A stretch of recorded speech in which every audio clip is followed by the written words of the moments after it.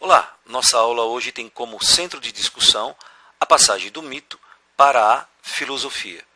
Mas, para que a gente adentre ao conhecimento filosófico, vamos dar uma olhada que tipo de saber é esse, o saber mítico.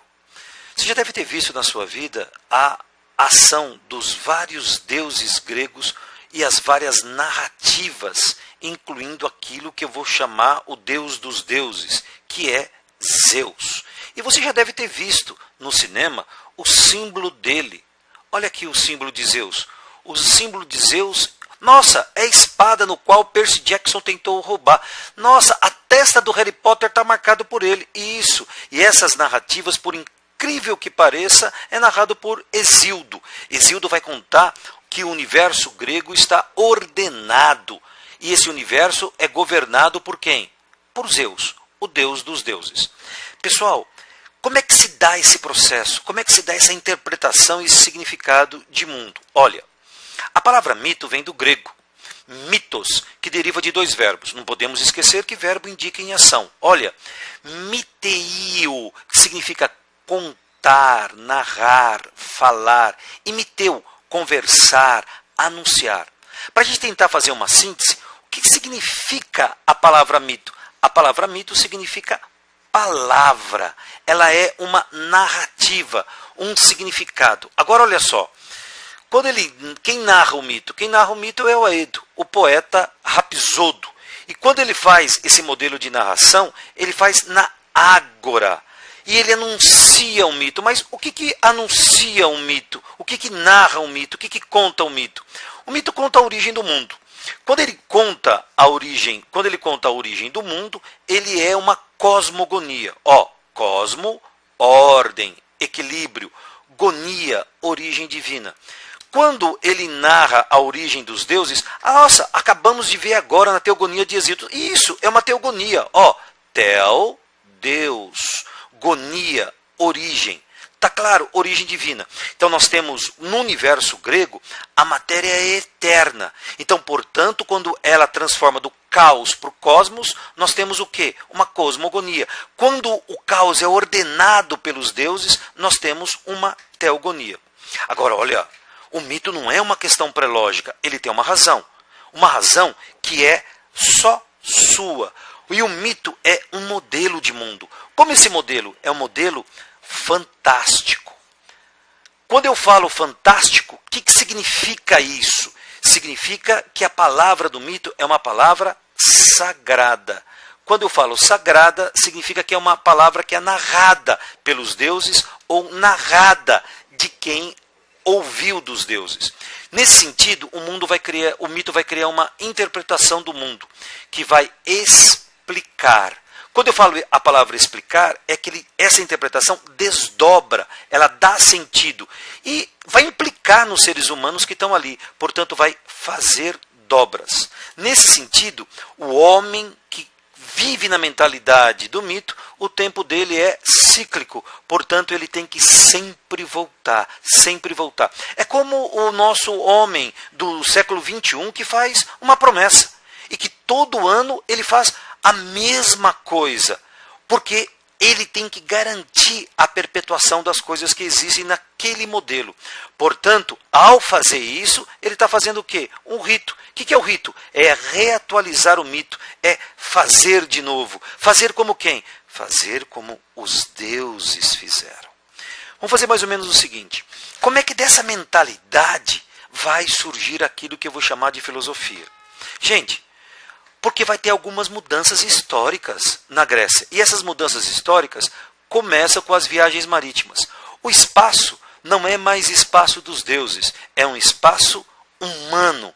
Portanto, surge aquilo que eu vou chamar dos primeiros mapas, os itinerários dos seres humanos. A invenção do calendário.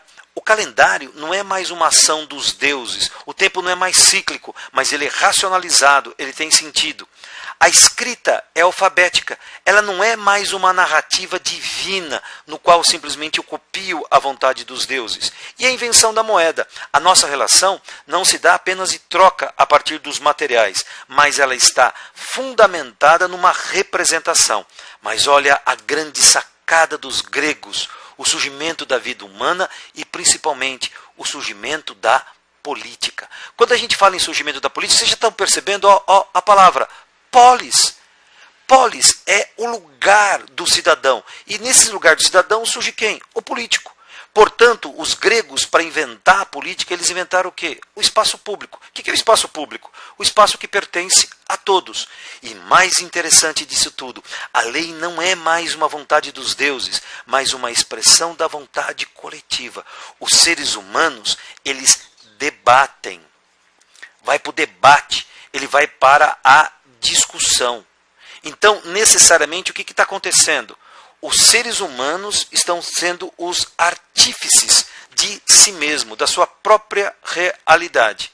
Portanto, a partir dessas condições históricas, ocorre aquilo que eu vou chamar de milagre grego. E qual é o grande milagre grego? O grande milagre grego é a filosofia. Mas vamos ver que tipo de pensamento é esse, o pensamento filosófico. A filosofia nasce como cosmologia. Cosmos, você já sabe que é ordem, equilíbrio. Logos, razão. É a razão sistemática que vai dar sentido às coisas. Então, portanto, vamos dar uma olhada para tentar entender o que é essa cosmologia. Antes, vamos fazer uma revisão no pensamento mítico. No pensamento mítico, a verdade é dada. Dada por quem? Pelos deuses. O mito aceita a contradição. Quando eu falo que ele aceita a contradição, você lembra? Zeus matou Cronos, picou em pedaço e jogou aonde? No Tártaro. Mas os deuses não são imortais? Então, olha, o mito aceita a contradição. O mito é atemporal, imemorial. O que significa isso, atemporal e imemorial? O mito sempre começa assim. Naquele tempo, no princípio. Quando é que esse tempo? É fora do tempo. Portanto, ele serve para todos os tempos.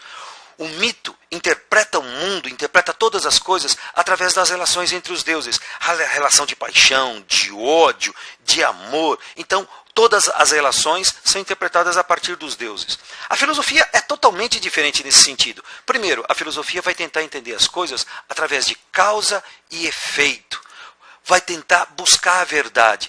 Um mito, a verdade é dada. O filósofo busca a verdade através da reflexão. A filosofia está no tempo, portanto ela concebe o tempo como presente, passado e futuro.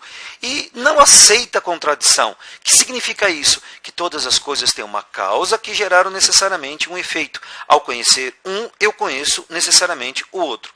Mas agora tem uma pergunta fundamental para a gente entender e matar essa aula. Há uma ruptura ou uma continuidade entre o mito e a filosofia? Quando eu falo que há uma continuidade, o que significa isso? Que as questões são as mesmas. Quando eu falo que as questões são as mesmas, de onde eu vim? De onde eu veio? Porque o mundo é dessa maneira. Tanto o mito quanto a filosofia nos coloca essas questões, mas também há uma ruptura. Por que essa ruptura? Porque o discurso filosófico tem o predomínio do quê? Da razão. E que razão? Da razão sistemática. Então vamos tentar entender que universo é esse e como é que se dá esse processo. Filosofia é pensar. Mas pensar de que maneira? É uma reflexão. O que é refletir? É pensar duas vezes. É retomar o próprio pensamento. Então, não é qualquer reflexão. Então, para ser uma reflexão filosófica, se faz necessário que seja um pensamento radical. Quando eu falo radical, o que significa? Que desce às raízes, que desce à profundidade, que vai ao sentido primeiro. Portanto, esse pensamento implica rigor, portanto, é um pensamento sistemático, portanto, ele é metódico. Ele exige necessariamente que você responda às questões dadas de maneira racional e clara. E não podemos esquecer que é um pensamento de conjunto. Quando eu falo de conjunto, significa que ele vai assambarcar a totalidade do real. Nossa, que complicado. Não, ele vai tentar buscar todo o contexto do questionamento. Então, para a gente ter claro a reflexão filosófica, ela é sistemática. Em que sentido?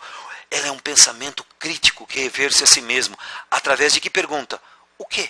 Quando eu pergunto o quê, eu estou demonstrando a realidade objetiva. O como? Quando eu pergunto como, eu estou perguntando o processo. E quando eu pergunto o porquê, eu estou perguntando a essência. E isso é a base do pensamento crítico. Mas a gente não pode esquecer, então, que a filosofia é um pensamento crítico que implica em reflexão.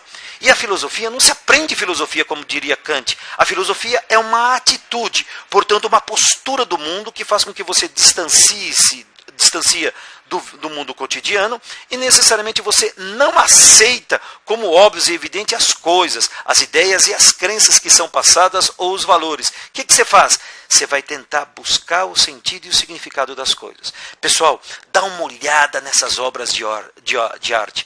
Dá uma olhada no sentido e significado. Olha a reflexão, o voltar-se a si mesmo. Olha o ver-se com os seus próprios olhos. Lembre-se, reflexão, reflexo. Será que você é o reflexo de si mesmo? Ou o reflexo de si mesmo é apenas um reflexo? Nossa, será que você é uma obra de si mesmo? Portanto, se você é uma obra de si mesmo, o nosso universo é esse modelo de construção. Será que aí eu tenho a natureza para que eu veja através de uma janela? Ou eu tenho uma representação da natureza daquilo que pode ser visto pelos meus olhos? Nossa, como é que algo parado pode estar em movimento? Nossa, a mente engana a mente. Será que a mente mente? Como eu me vejo? Como eu me pinto? Se você já elaborou essas questões, bem-vindo à filosofia. Quem sou eu? Por que eu existo? Como eu me vejo? Esse é o saber filosófico.